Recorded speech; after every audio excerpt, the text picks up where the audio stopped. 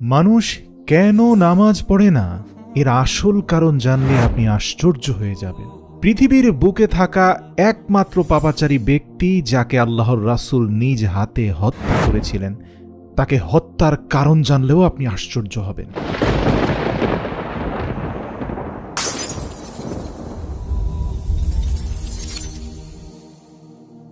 শুরুতে বলে দেই, পৃথিবীর সৃষ্টিলগ্নের পর থেকে প্রত্যেক যুগে প্রত্যেক উম্মতের উপরই নামাজের বিধান ছিল, তবে আদায়ের দিক থেকে পদ্ধতিগত পার্থক্য ছিল।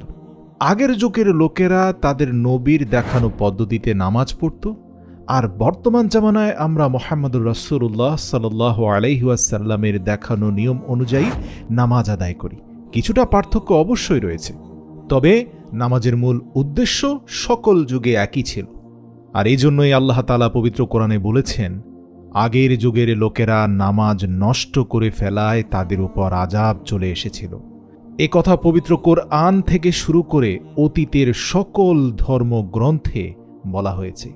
যারা নামাজ ধ্বংস করেছে, আল্লাহ তাআলা তাদেরকে গাইয়ুন নামক জাহান্নামে নিক্ষেপ করবেন। প্রিয় মুসলমান ভাই ও বোনেরা, জাহান্নামের একটা বিশেষ শাখাকে গাইয়ুন বলে। আপনি কি জানেন এই গাইয়ুনটা আসলে কি? এটা যে কতটা ভয়ঙ্কর আপনি জানলে অবাক হয়ে যাবেন। এই গাইয়ুনের ব্যাপারটা জানার আগে আপনাদেরকে বলে দেই, বেনামাজি জাহান্নামের আগুনে যখন পুড়বে, তার পূর্বে একজন বেনামাজির শরীর আকারে হবে প্রায় 400 কিলোমিটার, এবং এই প্রত্যেক বেনামাজির শরীরের চামড়া এবং মাংস হবে অত্যন্ত পুরু। তার দেহে থাকবে অনেক মাংস। জাহান্নামের আগুন এই মাংস ঝলসে দেবে, ঠিক যেমন করে তান্দুরি চিকেনকে ঝলসে দেওয়া হয়। দুনিয়ার জীবনে যারা দেখেছেন, মানুষ আগুনে পুড়ে গেলে পুঁজ জমে যায় শরীরে। বেনামাজিকে বারবার আগুনে পোড়ানোর কারণে কোটি কোটি টন পুঁজ জমা হয়ে যাবে। এখন প্রশ্ন হলো, এত পুঁজ কোথায় গিয়ে জমা হবে? প্রিয় দর্শক, এই সকল পুঁজ জাহান্নামের গাইয়ুন উপত্যকায় গিয়ে জমা হবে। এমনই ভয়ঙ্কর স্থান হলো সেই গাইয়ুন। এখন প্রশ্ন হলো, কারা থাকবে এই গাইয়ুনে?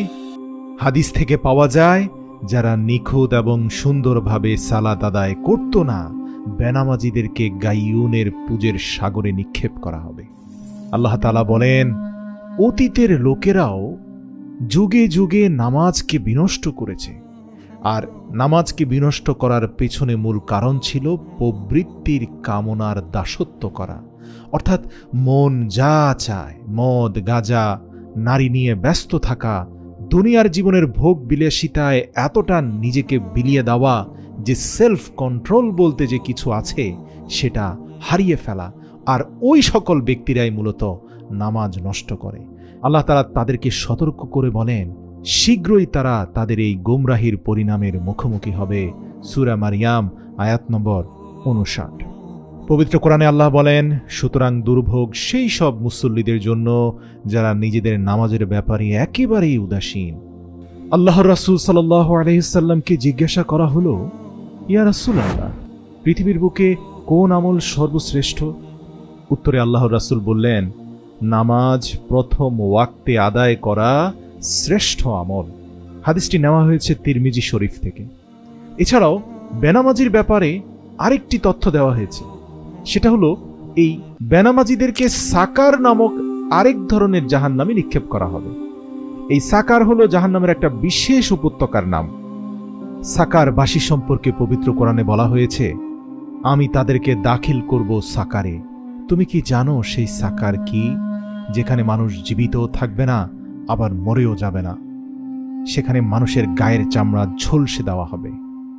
সেখানে নিয়োজিত আছে বিশেষ 19 জন ফেরেশতা। সূরা মুদ্দাসির আয়াত 26 থেকে 30। আল্লাহ তাআলা আরও ইরশাদ করেছেন, কিসে তোমাদেরকে জাহান্নামের আগুনে প্রবেশ করালো? তখন তারা বলবে, আমরা নামাজ আদায়কারীদের অন্তর্ভুক্ত ছিলাম না। সূরা মুদ্দাসির আয়াত নম্বর 42 থেকে 43। প্রিয় ভাই ও বোনেরা, নামাজ ছেড়ে দেওয়া লোকগুলোর জন্য আরও একটি জাহান্নাম রয়েছে। সেই জাহান্নামের নাম হলো ওয়াইল। পবিত্র কোরআন বলছে, ওয়াইল হচ্ছে সেই সব বেনামাজিদের জন্য যারা তাদের নামাজ সম্পর্কে বেখবর। এটা সূরা মাউন আয়াত নম্বর 4 থেকে 5 রয়েছে। আল্লাহর রাসূল বলেন, ওয়াইল হচ্ছে এমন একটি জায়গা যেখানে জাহান্নামীদেরকে সাপ এবং জীবজন্তু এমনভাবে খাবে যে কিছুক্ষণ পর তাদের হাড্ডির উপরে আবার পুনরায় মাংস ও চামড়ার আবরণ চলে আসবে।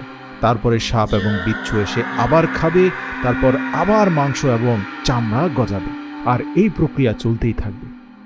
যখন তাদেরকে বলা হবে নত হও, তখন তারা নত হয় না।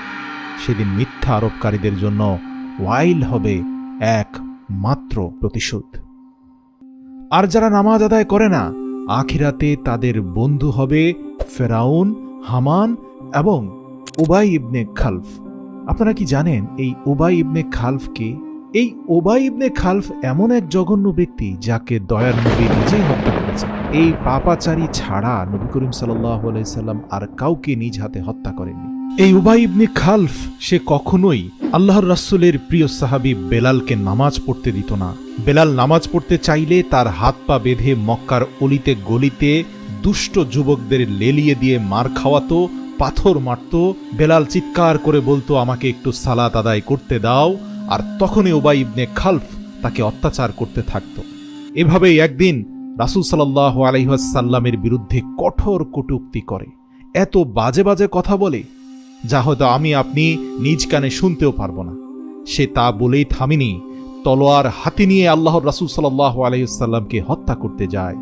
ধস্তাধস্তির এক পর্যায়ে আল্লাহর রাসূল সাল্লাল্লাহু আলাইহি ওয়াসাল্লামের হাতে নিজ তরবারির আঘাতেই নিহত হয় উবাই ইবনে খালফ। আল্লাহর রাসূল বলেন, উবাই ইবনে খালফ ওয়াইল নামক জাহান্নামের বাসিন্দা হবে। প্রিয় মুসলিম ভাই ও বোনেরা, যে যে অবস্থানেই আছেন না কেন, মনে রাখবেন, যত পাপই করেন না কেন, নামাজ দয়া করে ছাড়বেন না প্রিয় ভাই। কারণ নামাজ ছেড়ে দিলে আপনি তওবা করেও মাফ পাবেন না। নামাজ এমন এক ইবাদত যা ছেড়ে দিয়ে তওবার পরেও ক্ষমা পাওয়া যায় না, যে পর্যন্ত না আপনি ক্ষতিপূরণ তথা কাজা নামাজ আদায় না করবেন। মনে রাখবেন, নামাজ একদিন আমাদেরকে বদলে দেবে।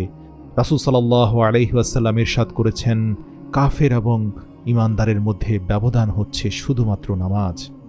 সুতরাং যে ব্যক্তি নামাজ ছেড়ে দেয় সে কুফরি কাজ করে। ইসলামের চতুর্থ খলিফা আলী রাদিয়াল্লাহু তাআলা আনহু বলেছেন যে ব্যক্তি নামাজ পড়ে না সে কাফের। একদিন সকালবেলা আল্লাহর রাসূল সাল্লাল্লাহু আলাইহি সাল্লাম সাহাবীদের সাথে এক বিশেষ স্বপ্নের আলোচনা করছিলেন। রাসূল সাল্লাল্লাহু আলাইহি সাল্লাম বলেন, আজ রাতে আমার কাছে দুজন আগন্তুক এসেছিল। তারা আমাকে বলল, আমাদের সঙ্গে চলুন। আমি তাদের সঙ্গে গেলাম। আমরা এমন এক লোকের কাছে পৌঁছালাম যে চিত হয়ে শুয়েছিল। অন্য এক ব্যক্তি পাথর নিয়ে তার সামনে দাঁড়িয়ে আছে। সে পাথর দিয়ে শুয়ে থাকা ব্যক্তির মাথায় আঘাত করছে এবং থেতলে দিচ্ছে। যখন সে পাথর নিক্ষেপ করছে তা গড়িয়ে অন্যত্র চলে যাচ্ছে। লোকটা গিয়ে পাথরটি পুনরায় তুলে নিচ্ছে এবং তা নিয়ে ফিরে আসার সঙ্গে সঙ্গে যে লোকটির মাথা থেতলে দেওয়া হয়েছে তা পূর্বের মতো আবার সুস্থ হয়ে গেল। সে আবারও ওই লোকটির মাথা থেতলে দিচ্ছে। রাসূল সাল্লাল্লাহু আলাইহি সাল্লাম বললেন, একই ঘটনা আমি পুনরাবৃত্তি দেখতে পেলাম। আমি আমার সঙ্গী দুজনকে জিজ্ঞাসা করলাম, আল্লাহু আকবার, এরা কারা? আমার সঙ্গে থাকা দুজন ব্যক্তি বললেন, এই ব্যক্তি কোনো কারণ ছাড়া, শারীরিক অসুস্থতা ছাড়া, শুধুমাত্র অলসতার দোহাই দিয়ে এশার 4 রাকাত ফরজ নামাজ না পড়েই ঘুমিয়ে যেত।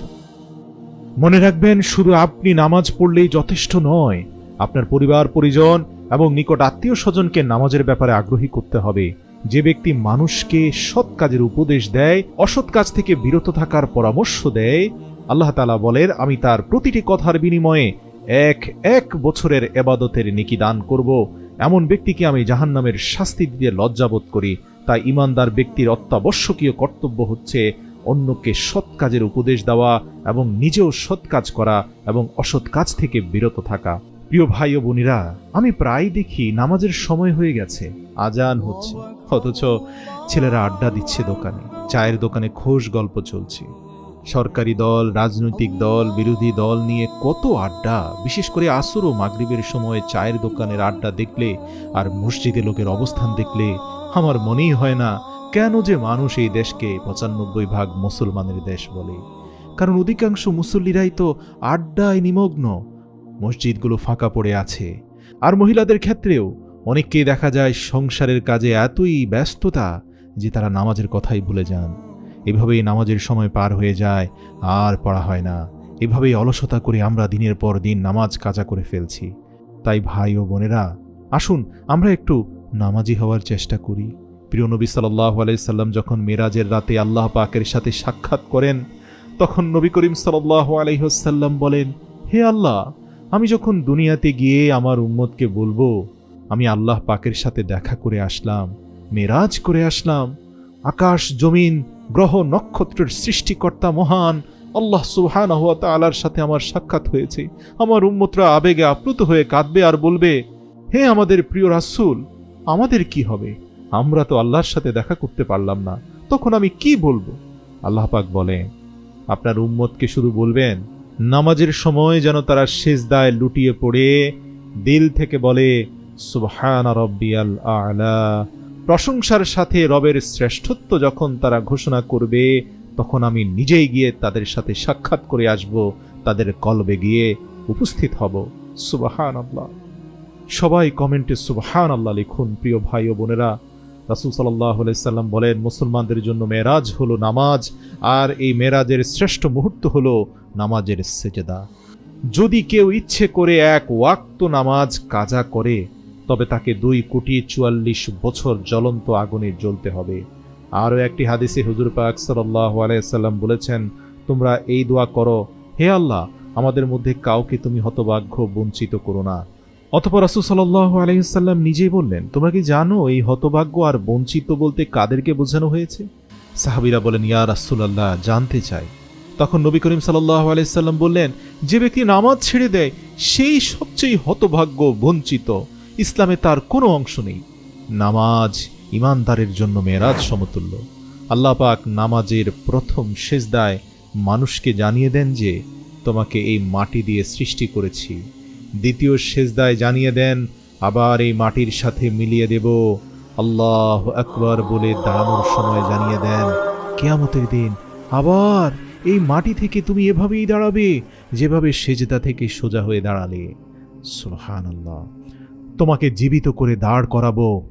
নামাজ ছাড়া কেউ সোজা হয়ে দাঁড়াতে পারবে না আল্লাহর সামনে। আমরা সবাই জানি ইসলামের 5টি ভিত্তি রয়েছে: ঈমান, নামাজ, রোজা, হজ, যাকাত। দেখুন, ঈমান বা স্বীকৃতির পরেই নামাজের স্থান চলে আসলো। আল্লাহু আকবার, আল্লাহর সামনে হাজির হওয়া, তার ডাকে সাড়া দেওয়া। আল্লাহ পাক তার বান্দাকে প্রতিদিন 5 ওয়াক্ত নামাজ পড়ার হুকুম দিয়েছেন। আল্লাহ পাক কোরআন শরীফের 82 জায়গায় বারবার হুকুম করেন, বান্দা তোমরা নামাজ কায়েম করো। হুজুর পাক সাল্লাল্লাহু আলাইহি সাল্লাম বলেন, নামাজ হলো বেহেশতের চাবি। চাবি ছাড়া যেমন তালা খোলা যায় না, তেমনি নামাজ ছাড়া বেহেশত পাওয়া যাবে না। কমেন্ট করে বলুন তো, আমাদের এই মুহূর্ত থেকে কি করা উচিত যদি সত্যি বেহেশতের তালাটি আমরা খুলতে চাই? আচ্ছা বলুন তো, মুমিন আর কাফেরের মধ্যে পার্থক্য কি? একটু কমেন্ট করে আমাকে জানান তো, সত্যি আপনি তা অনুভব করেন কিনা। আল্লাহ পাক কোরআন শরীফে ইরশাদ করেছেন, নিশ্চয়ই নামাজ কুপথ এবং খারাপ কাজ থেকে মানুষদের বিরত রাখে। তাহলে কেন হতাশ হয়ে মাদকাসক্ত হচ্ছেন, অথচ সর্বশ্রেষ্ঠ ঔষধ আপনার জন্য সালাত। আত্মনিয়ন্ত্রণের, আত্মপরিশুদ্ধির শ্রেষ্ঠ ঔষধ সালাত, মাদক নয়। আল্লাহর রাসূল আরেকদিন বলেন, জানো, আল্লাহর সন্তুষ্টির আশায় নামাজ আদায় করলে তোমার পাপসমূহ শীতকালের গাছের পাতার মতো ঝরে পড়ে যাবে। সুবহানাল্লাহ।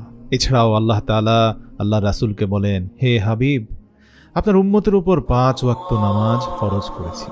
যে ব্যক্তি এই 5 ওয়াক্ত নামাজ সময় মতো আদায় করবে, আমি নিজ জিম্মায় তাকে বেহেশতে প্রবেশ করানোর ওয়াদা করলাম। সুবহানাল্লাহ।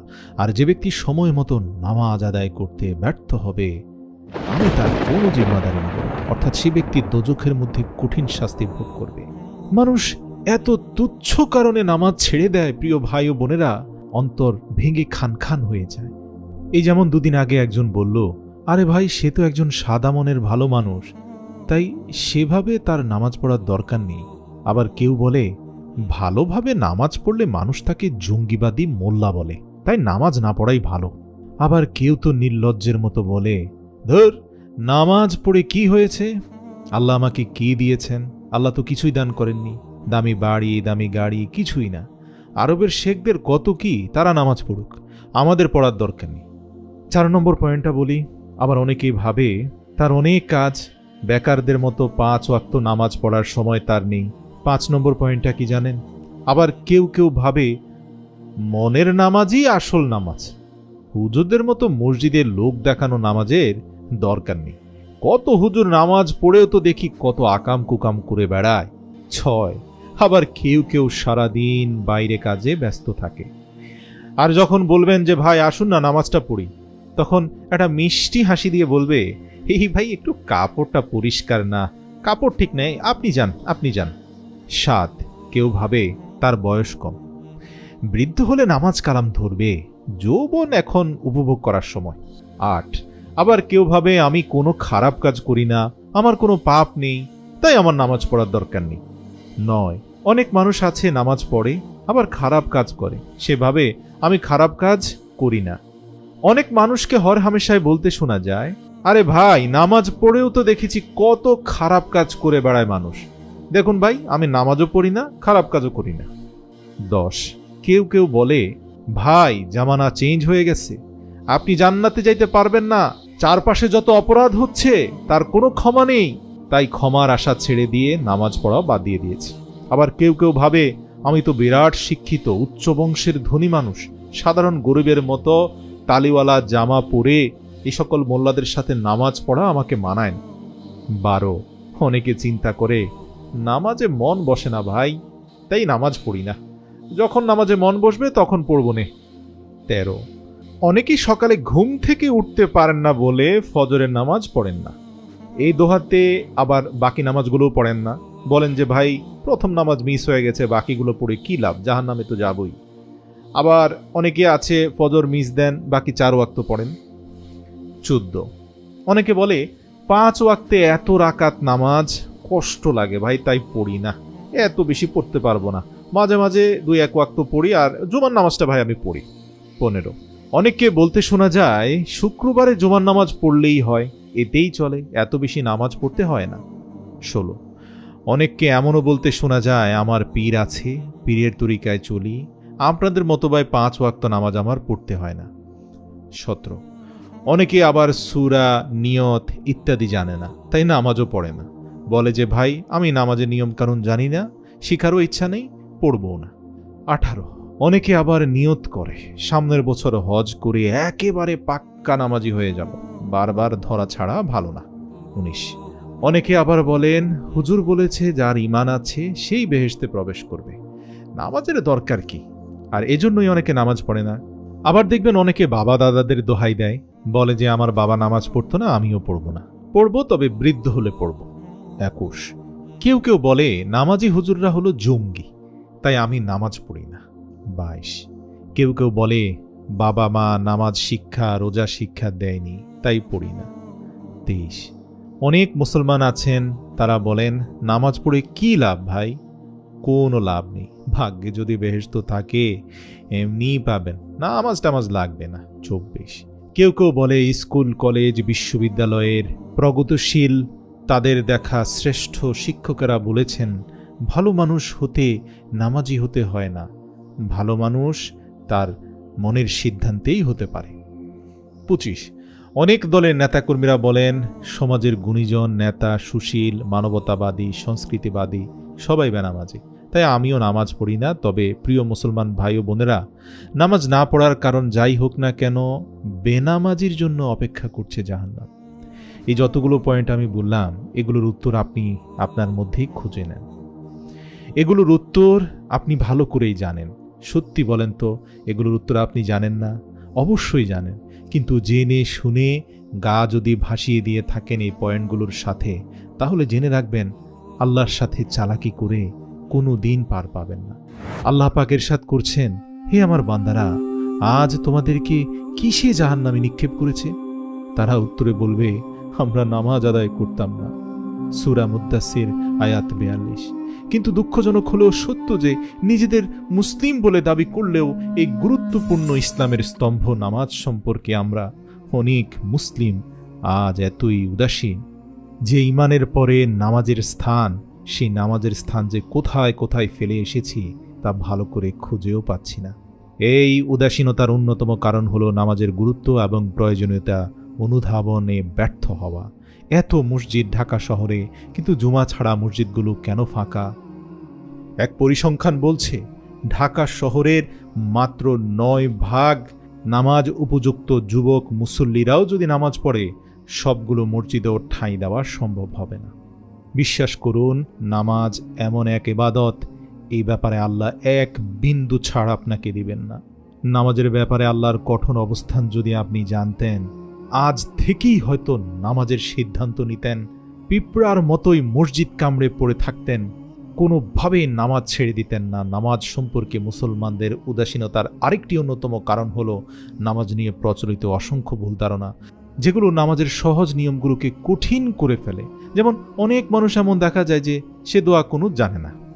এখন দোয়া কুনুত মোটামুটি একটা বড় দোয়া, শিখতে হয়তো মাসখানেক সময় তার লেগে যাবে, যেহেতু সে আরবি ভাষায় দক্ষ না। পুরো বিষয়টাই তাকে মুখস্থ করতে হবে। তো এই দোয়া কুনুত না জানার কারণে সে পুরো এশার নামাজ বাদ দিচ্ছে। আমার সাথে দেখা হয়েছিল এমন একজন ভাই, তিনি বললেন, আমি দোয়া কুনুত জানি না, তাই এশার নামাজ বাদ দিচ্ছি ভাই, শুধু ওই 4 ওয়াক্ত পড়ছি, আল্লাহ যদি মাফ করে। অথচ বিশ্বাস করুন, দোয়া কুনুত ভিতর নামাজের জন্য অপরিহার্য অংশ নয়। আপনি দোয়া কুনুত ছাড়াও ভিতরের নামাজ পড়লে ভিতরের নামাজটা একেবারে বাতিল হয়ে যাবে না, আপনি সওয়াব কম পাবেন। এমনকি ভেতরের নামাজ এশার নামাজেরও অংশ নয়। মানে আপনি ভেতরের নামাজ না পড়েও যদি এশার নামাজ পড়েন, তাহলে এশার নামাজ আল্লাহর দরবারে কবুল হবে। এটা একটা ভিন্ন নামাজ।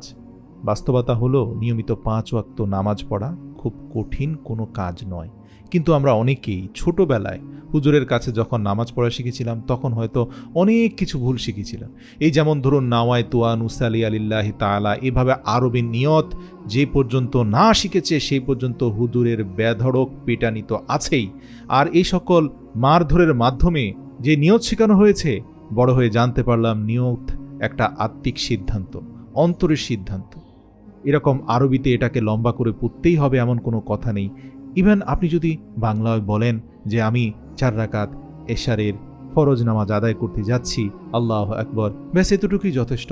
অথবা কিচ্ছু না বলে যদি মনে মনে স্মরণ করেন, এখন তো আমি 4 রাকাত এশার ফরজ নামাজ আদায় করতে যাচ্ছি, জাস্ট মনে স্মরণ করলেন, ঠোঁটে আওড়ালেন না, তাও কিন্তু নামাজ হয়ে যাবে। সুবহানাল্লাহ। তো এই যে নামাজকে কঠিন করার পদ্ধতি যুগ যুগ থেকে আমাদের সমাজে চলে এসেছে, এইসবের বিরুদ্ধে শক্ত অবস্থান নিতে হবে। নামাজকে সহজভাবে মানুষের সামনে উপস্থাপন করতে হবে।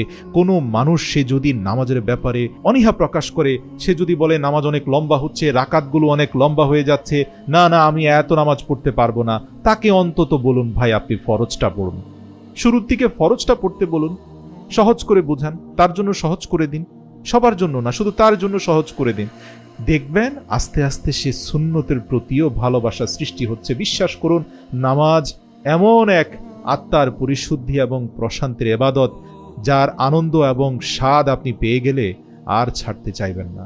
তাই শুরুর দিকে নামাজকে সবার জন্য সহজ করে উপস্থাপন করুন। অনাগ্রহীদেরকে বলুন শুধু যেন ফরজগুলো অন্তত পড়ে। মানে হচ্ছে ফজরের 2 রাকাত, জোহরের 4 রাকাত, আসরের 4 রাকাত, মাগরিবের 3 রাকাত, এশার 4 রাকাত, ব্যাস ওগুলো সুন্দর করে পড়তে বলুন। ধীর স্থিরভাবে সূরাগুলো পড়তে বলুন। ধীরে ধীরে আস্তে আস্তে দেখবেন সে সুন্নতগুলো আদায় করা শুরু করেছে, এমনকি সে রাত জেগে তাহাজ্জুদ হয়তো পড়ছে। এছাড়াও আমাদের দেশে বিকৃত নামাজ ও অন্যান্য শিক্ষা সংক্রান্ত বইগুলো জাল হাদিস আর মন গড়া নিয়ম কানুনে ভরপুর।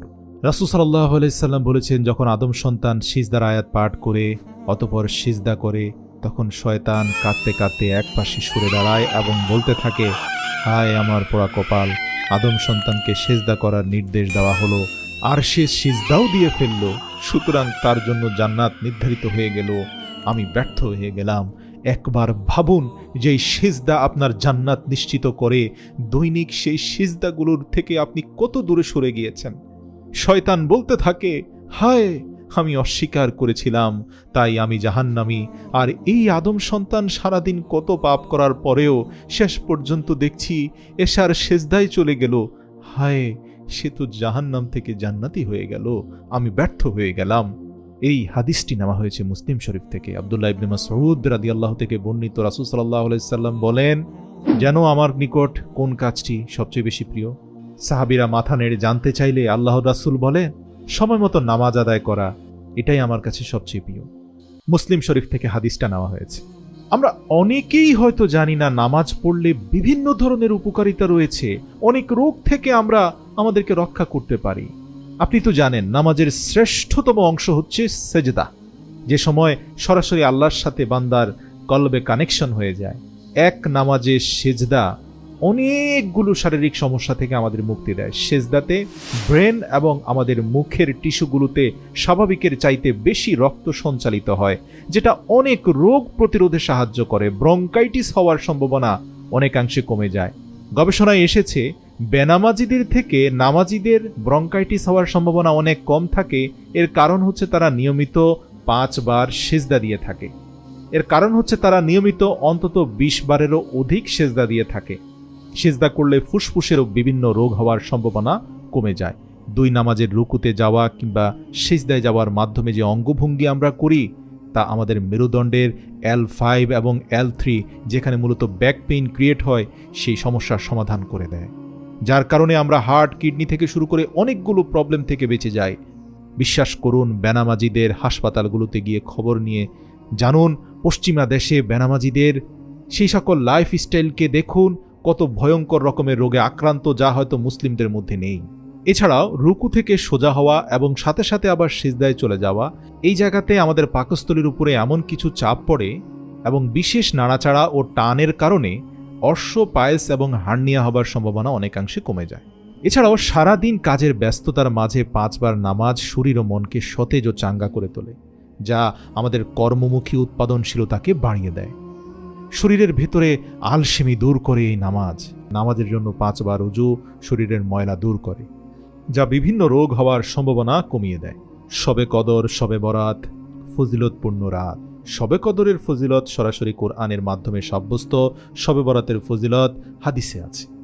এই রাতগুলোতে ধর্মপ্রাণ মুসলমানদের মাঝে রাত জেগে নফল ইবাদতের ব্যাপক প্রবণতা দেখা যায়।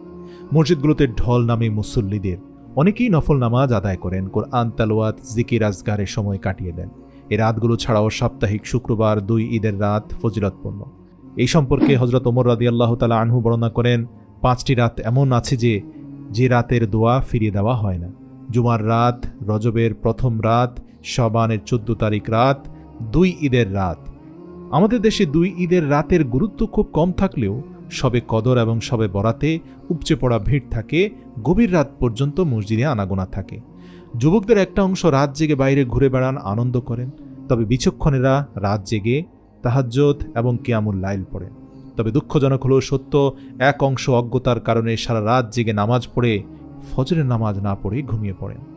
ফজিলতপূর্ণ রাতে নফল ইবাদতের পর ফরজ নামাজ আদায় না করার বিষয়টি ভয়ঙ্কর, কারণ আল্লাহ তাআলার কাছে ফরজ ইবাদতগুলো যে কোনো নফল বা সুন্নতের চেয়ে অনেক বেশি গুরুত্বপূর্ণ এবং ফজিলতপূর্ণ।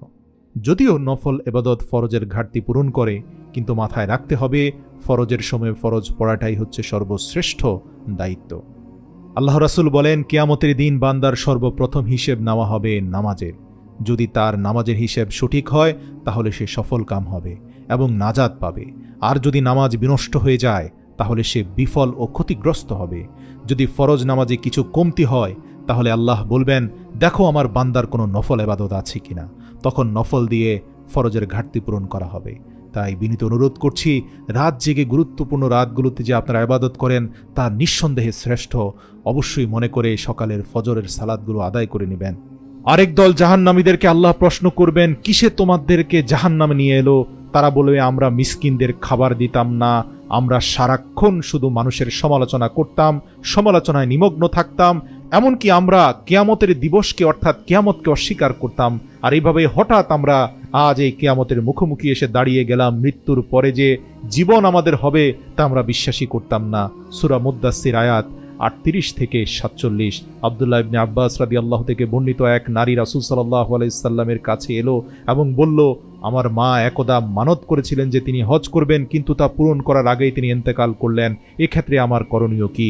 রাসূল সাল্লাল্লাহু আলাইহি সাল্লাম বললেন, তুমি তার পক্ষ থেকে হজ করো। তখন সেই নারী অবাক হয়ে গেলে আল্লাহর রাসূল বললেন, তোমার মা যদি ঋণী হতেন তাহলে কি তুমি তার ঋণ পরিশোধ করে দিতে না? ওই নারী বলল, অবশ্যই ইয়া রাসূলুল্লাহ।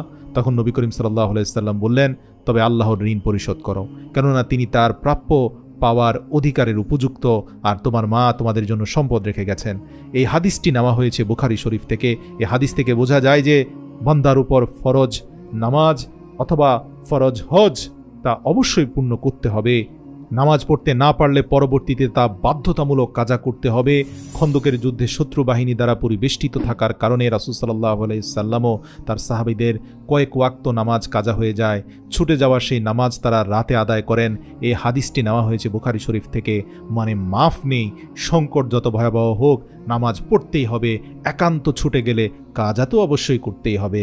এমনকি সফরের সময় আল্লাহর রাসূল রাতে ঘুমানোর সময় বেলাল রাদিয়াল্লাহু তাআলা আনহুকে রাতের পাহারাদার হিসাবে নিয়োগ দেওয়া হতো, যাতে নামাজের সময় জাগিয়ে তোলার দায়িত্বটা তিনি পালন করতে পারেন। এরপর সবাই ঘুমিয়ে পড়লে বেলালও গভীর ঘুমে আচ্ছন্ন হয়ে পড়লেন। ফলে সবার নামাজ কাজা হয়ে গেল। সূর্যের কিরণ নবী করিম সাল্লাল্লাহু আলাইহি সাল্লামের দেহ মোবারকে পড়তেই তিনি জেগে উঠলেন। অতঃপর সবাইকে নিয়ে ফজরের নামাজ কাজা করলেন। এই হাদিসগুলো থেকে পরিষ্কার বোঝা যাচ্ছে নামাজ ভুল ক্রমে সংকটময় পরিস্থিতিতে মিস হতেই পারে, কিন্তু কাজার ক্ষেত্রে যেন গড়িমসি না হয়। জেনে শুনে ইচ্ছাকৃতভাবে নামাজ পরিত্যাগ করলে তা কাজা করাও জরুরি। তবে এই ক্ষেত্রে অনেকের ধারণা যে সারাদিন নামাজ না পড়ে রাতের বেলা সবগুলো পড়ে নিব। মনে রাখবেন, আল্লাহ রাব্বুল আলামিন আপনার অন্তরের খবর জানেন। আল্লাহ তাআলা আপনার পুরো দেহে এত নিয়ামত ঢেলে দিয়েছেন, চোখ, নাক, কান, এই সকলের শুকরিয়া স্বরূপ দৈনিক 5 বার তার নিকট কৃতজ্ঞতা প্রকাশ আপনি করবেন, এটা আল্লাহ তাআলা চান। আপনি যদি সেখানে গড়িমসি করেন, কখন যে কোন বিপদে পড়েন, পরে হতাশায় পড়তে পারেন। মনে রাখবেন, সঠিক সময়ে নামাজটা পড়ে নিন, এটা আল্লাহর হক। মনে রাখবেন, মৃত্যুর আগেও যদি আপনার আপনজন নামাজ কাজা করে গিয়ে থাকে, জীবনের শেষ মুহূর্তে ফিদিয়া বা ক্ষতিপূরণ দেওয়ার মাধ্যমে তাদেরকে আপনাকে মুক্ত করতে হবে। নামাজের ফিদিয়া হলো প্রত্যেক ওয়াক্তের জন্য 2.25 সের গম বা আটা অথবা এর বাজার মূল্য গরিব মিসকিনকে খাইয়ে দিতে হবে, পরিশোধ করতে হবে, অথবা টাকা দিয়ে দিতে হবে, অথবা একজন গরিবকে 2 বেলা তৃপ্তি সহকারে খাবার খাওয়াতে হবে। তবে দুটি কাজ একসাথে করা হলে সেটা হচ্ছে শ্রেষ্ঠ।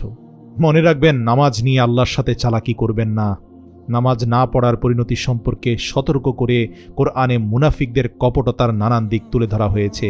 এক স্থানে আল্লাহ বলেন, নিশ্চয়ই মুনাফিকরা আল্লাহর সঙ্গে ধোঁকাবাজি করে, অথচ তিনি তাদেরকে ধোঁকায় ফেলছেন। আর তারা যখন নামাজে দাঁড়ায় তখন অলসতার সাথে দাঁড়ায়, তারা মানুষকে দেখায় আর আল্লাহকে খুব সামান্যই স্মরণ করে। সূরা নিসা আয়াত 142। এই আয়াতে আল্লাহ পাক মুনাফিকদের 4টি চরিত্র তুলে ধরেছেন। 1, তারা আল্লাহর সঙ্গে ধোঁকাবাজি করে, কিন্তু কথা হলো আল্লাহকে ধোঁকা দেওয়ার কোনো সুযোগ নেই, তিনি সর্বজ্ঞ। কিন্তু মুনাফিকরা কপটতা করে, মনে করে তারা আল্লাহকে ধোঁকা দিয়ে ফেলেছে। আল্লাহ তাআলা তাদের অন্তরের খবর জানেন, যার কারণে আল্লাহ তাআলা তাদেরকে কঠিনভাবে পাকড়াও করবেন। মুনাফিকদের নামাজের আরেকটি বৈশিষ্ট্য হচ্ছে নামাজটা তাদের কাছে একটা বোঝা। নামাজের মধ্যে খুব কমই তারা আল্লাহকে স্মরণ করে, অথচ নামাজ হচ্ছে আগাগোড়া আল্লাহর জিকির ও স্মরণে পরিপূর্ণ। সুতরাং তাদের নামাজ থেকে আন্দাজ করা যায় এই নামাজ লোক দেখানো নামাজ।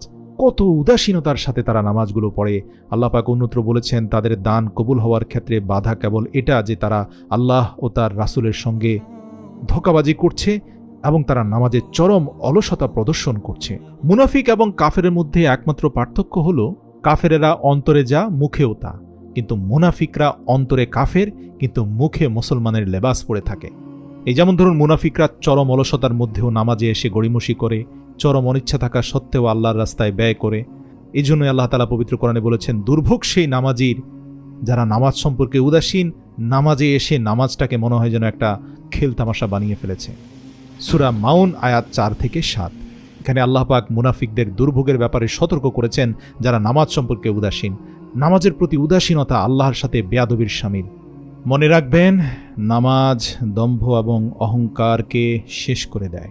নামাজি ব্যক্তি সবচেয়ে নম্র এবং ভদ্র হয়। পক্ষান্তরে ঈমান ও নামাজ থেকে বিমুখ থাকা আল্লাহর কাছে অতি নিন্দনীয় এবং এর পরিণতি ভয়াবহ। আল্লাহ পাক পবিত্র কোরআনে হযরত জাকারিয়া আলাইহিস সালাম, হযরত ইয়াহিয়া আলাইহিস সালাম, হযরত মূসা আলাইহিস সালাম, হযরত ঈসা আলাইহিস সালাম, হযরত হারুন আলাইহিস সালাম, হযরত ইব্রাহিম আলাইহিস সালাম, হযরত ইসমাঈল আলাইহিস সালাম, হযরত ইসহাক আলাইহিস সালাম এবং হযরত ইদ্রিস আলাইহিস সালামের আলোচনা করেছেন। তারা সবাই আল্লাহর মনোনীত বান্দা এবং নবী ছিলেন। তাদের আলোচনার শেষে আল্লাহ পাক ইরশাদ করেছেন, তাদের পরে এমন অযোগ্য স্থলাভিষিক্ত হলো যারা নামাজকে নষ্ট করে ফেলল এবং নামাজ বিনষ্ট হওয়ার কারণে তারা গোমরাহি এবং পথভ্রষ্টতায় নিবৃত্ত হলো। তার মানে হচ্ছে, নামাজ ছেড়ে দেওয়ার পরেই মূলত মানুষ সিরাতাল মুস্তাকিম তথা সরল সঠিক পথ থেকে বিচ্যুত হয়ে যায়, গোমরা হয়ে যায়। নামাজ ছেড়ে দেওয়ার মাধ্যমে মানুষ ভোগবিলাসী হয়ে যায়, প্রবৃত্তির কামনা বাসনায় মেতে ওঠে। কারণ এই সব কিছুর সেলফ কন্ট্রোল বা নিজের উপর নিজের নিয়ন্ত্রণ প্রতিষ্ঠা করায় সবচেয়ে ভূমিকা পালন করে নামাজ। নামাজ ছেড়ে দিয়েছেন তো আপনার নিজের নিয়ন্ত্রণ আপনি নিজেই হারিয়েছেন। আল্লাহ রাব্বুল আলামিন যেন মৃত্যুর আগের দিন পর্যন্ত নামাজকে শক্ত করে আঁকড়ে ধরে রাখার তৌফিক দান করে। কারা কারা আমার সাথে একমত তারা অবশ্যই কমেন্ট সেকশনে আপনার নিজের শপথ বাক্যটি কমেন্ট করে যান। আমা তাওফিক ইল্লা বিল্লাহ।